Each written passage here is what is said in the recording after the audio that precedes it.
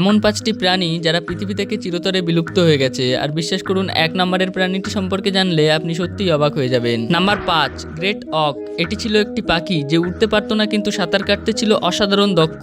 মানুষ এত বেশি শিকার করেছিল যে 1844 সালে এর শেষ জোড়াটিও বিলুপ্ত হয়ে যায়। নাম্বার 4, কোয়াগা। দেখতে যেন অর্ধেক ঘোড়া আর অর্ধেক জেব্রার মতো। মনে হতো প্রকৃতি যেন নিজেই একটা অদ্ভুত পরীক্ষা চালিয়েছে, কিন্তু মানুষের দরকার ছিল এর চামড়া আর মাংস।